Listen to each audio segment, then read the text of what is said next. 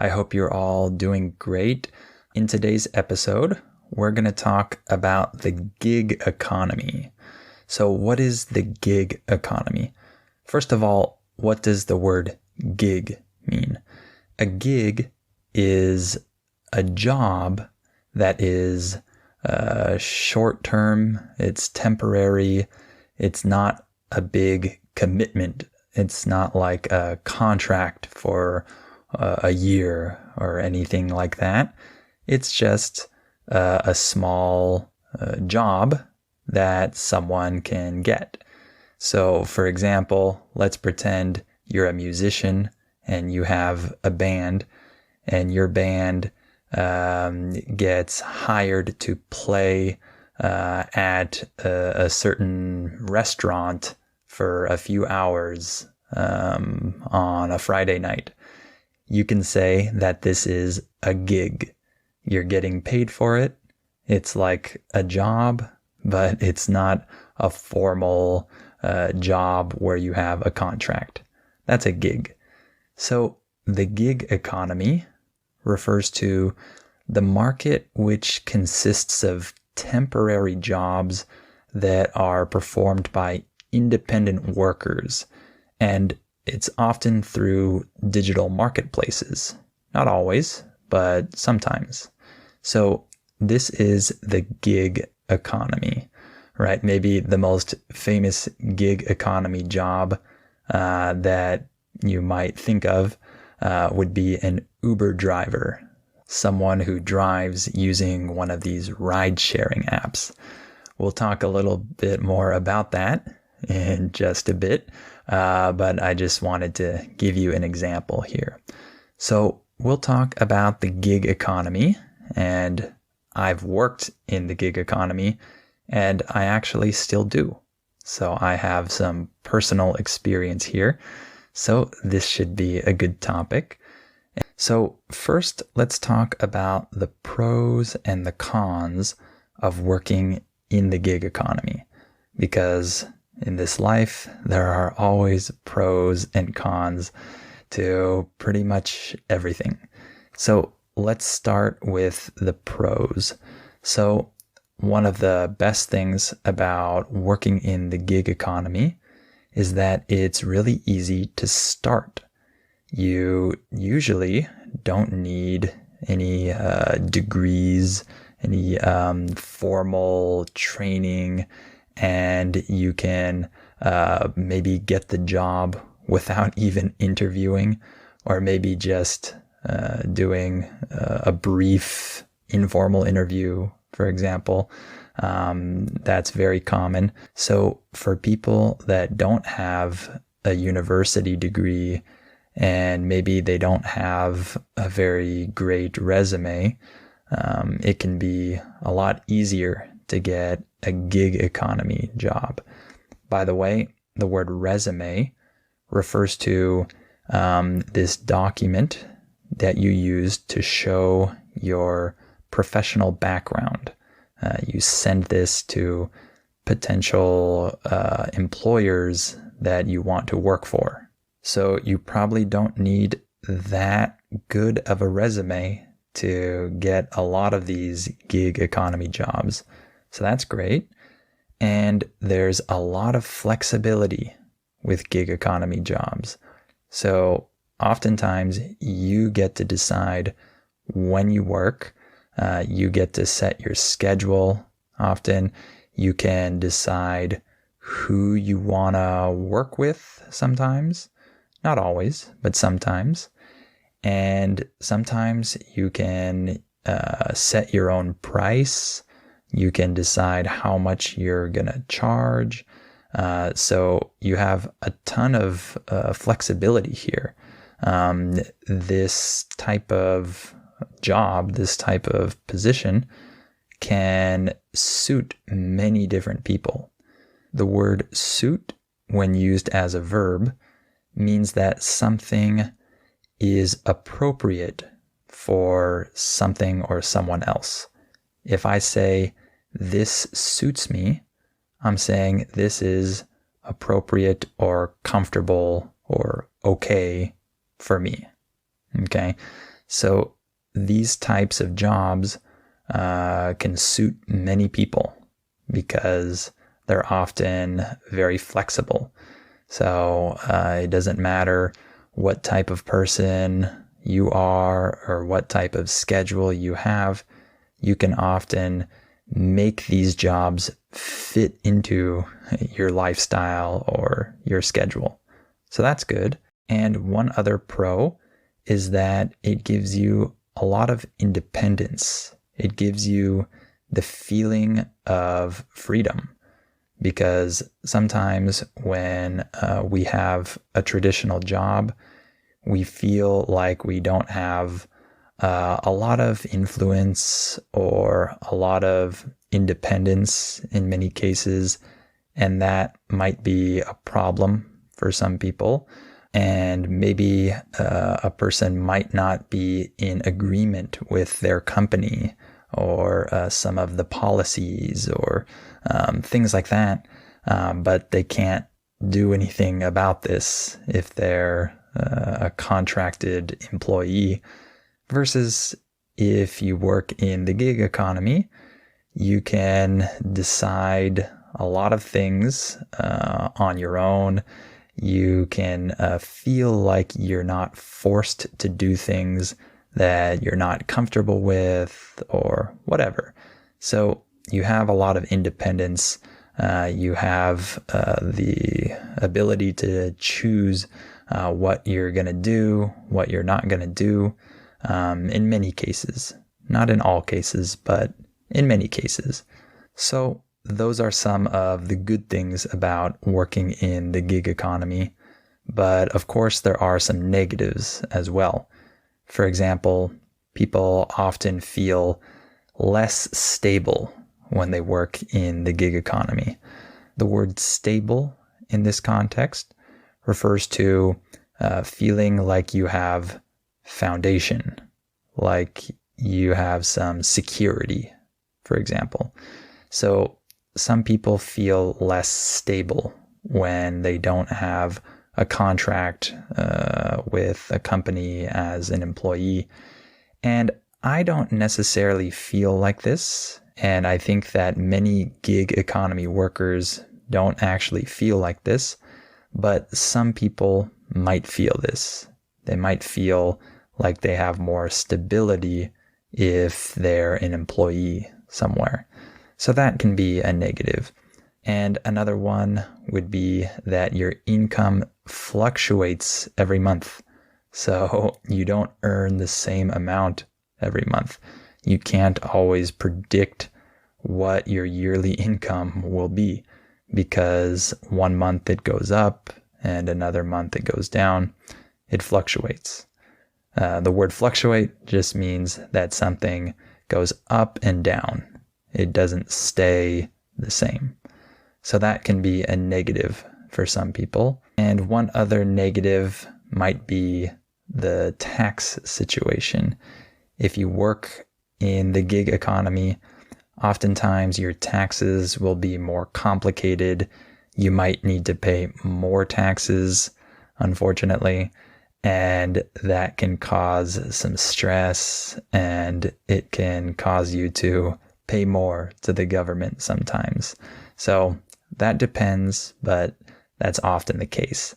So that's another con of working in the gig economy.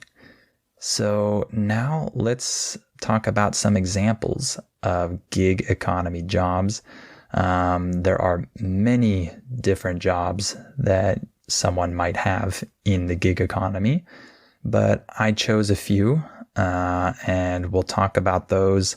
These are jobs that a lot of people have, and maybe you've had one of these jobs. Who knows? Let's talk about some of them. The first one is the one that I already mentioned, which is being a driver using a ride-sharing app like Uber. This is maybe the number one gig economy job that people think of when they think of these types of jobs. So these ride-sharing apps are kind of the modern taxi, right? When I was a kid, before these ride-sharing apps existed, if you wanted to have someone drive you to another location, then you needed to hail a taxi. We use the phrase hail a taxi or hail a cab to mean that you stick your arm out and get the taxi to stop so that you can get in. So that was how people hired other people to drive them in the past. Of course, that still exists today. And in many countries and in many regions, this is still the main way that people hire other people to drive them. And in some places, these ride-sharing apps are actually banned. If something is banned, this means that it is illegal. It means that you can't use it, or it's not there. It's not available anymore. And so these apps are banned in some places. So not all of you will have access to this type of ride sharing, I assume. Some of you might live in places where this doesn't exist, right? But these ride sharing apps have become really common in a lot of places.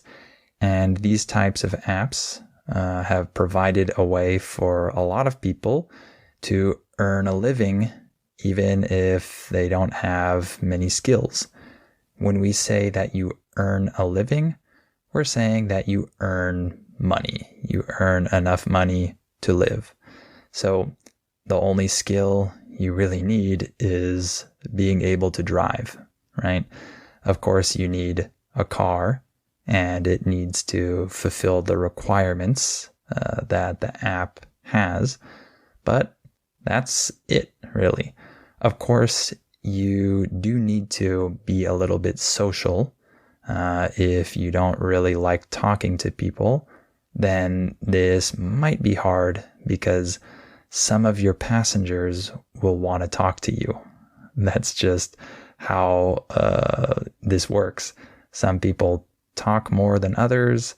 Sometimes you won't need to talk to your passengers, and sometimes you will need to talk to them. So that might be another thing to consider. But this job is pretty flexible because you can work when you want to work, right? When you feel like you want to start driving, then you can start. So that's really cool.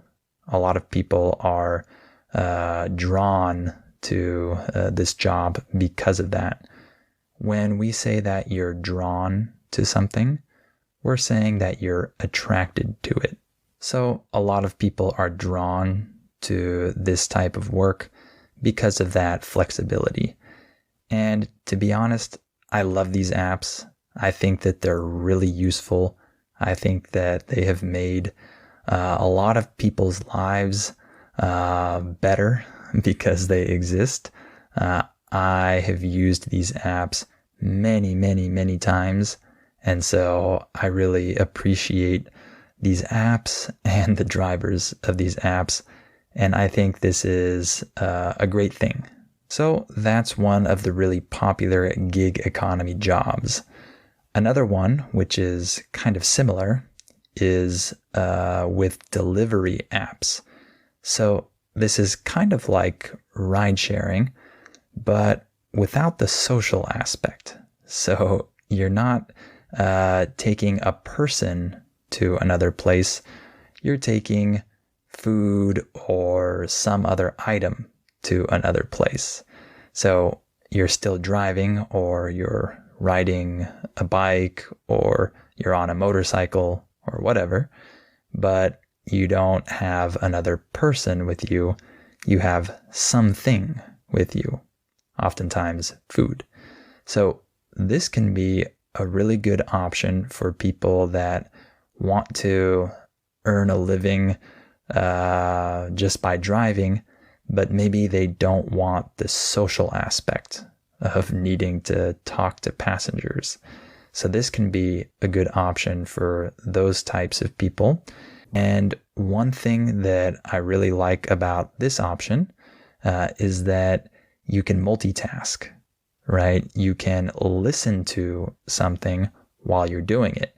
If you're in your car or if you're riding a bike or whatever, you can have some podcast playing in the background, and you can practice your English, for example. You can listen to this podcast, for example. If you drive for a ride-sharing app, you can't always do that because your passenger might not want to listen to your podcast or whatever. So that's not the case when it comes to being a delivery driver, because you don't have anyone else to tell you that they don't want to listen to something, right? So that's a good option for people that want to multitask and maybe don't want the social aspect. And another gig economy job is in the realm of online education. The word realm just means the sphere, the world. Okay, so the online education world.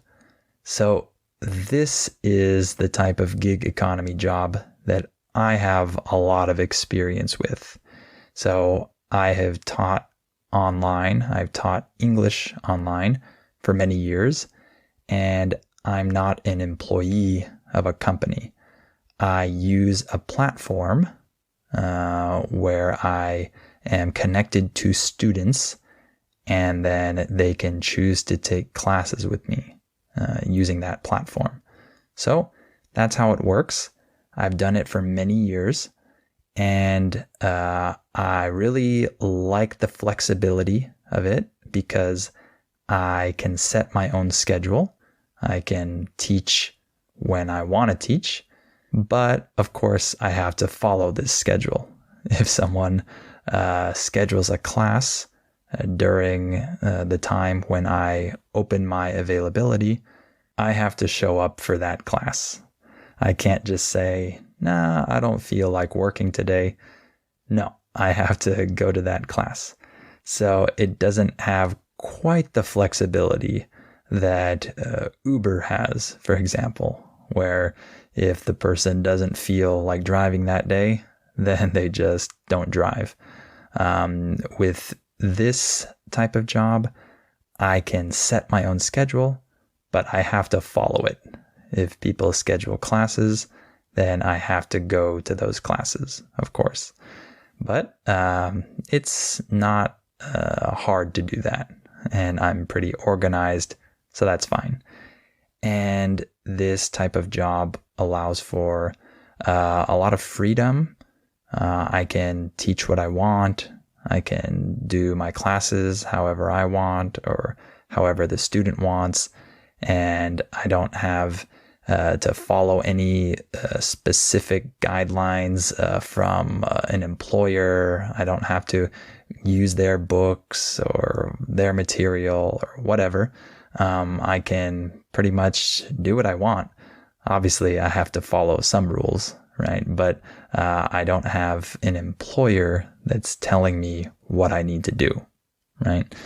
And it's a fun job because you get to talk to a lot of different people, some interesting students, of course, and it allows you to work wherever you want in the world as long as you have an internet connection. And there are also gig economy jobs that don't require the internet. So for example, you might like animals, and so maybe you become a pet sitter. When we say the word sit or the word sitter in this context, we're saying that you watch the pet. So if I say that I'm a babysitter, I'm saying that I watch this baby. I take care of this baby. So a pet sitter is someone who takes care of other people's pets. So if you like animals, this might be a great job for you because you don't really need other skills. You just need to like animals. And I think that this job can be less stressful than some of the other jobs that I mentioned. And if you like animals, it's probably really fun. You might enjoy your work if you like dogs or cats or whatever. And oftentimes you get the chance to go outside. That's nice. With a lot of these other jobs, you're in front of a computer or you're in your car for many hours. But if you're a pet sitter, you might be able to go to the park or be in the backyard and enjoy the outdoors. And you can multitask, of course. You can listen to things. You don't need to be using your hands 100% of the time if you're a pet sitter. So you can do other things. And so that's a gig economy job that doesn't require the internet. And one more gig economy job that's more of an in-person job is being a photographer. If you're passionate about photography, you can put that to good use and make money. It's a very creative job.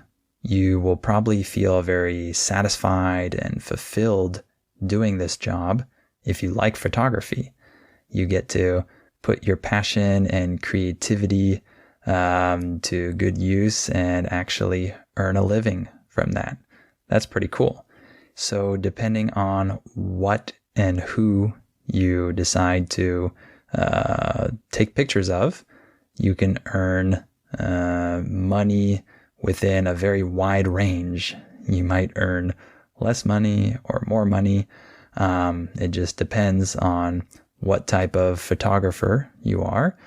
But no matter who you are and what you take pictures of, you can start to build your portfolio and start to earn more respect and start to charge more money once you can show the client all your amazing pictures that you've already taken. You can start to charge more because they are going to want to pay more for a good photographer. So you can definitely grow in your career, so to say, as a photographer. So those are some examples of gig economy jobs. There are many, many more, but those are the ones that I chose to talk about. All right, why don't we stop there for today?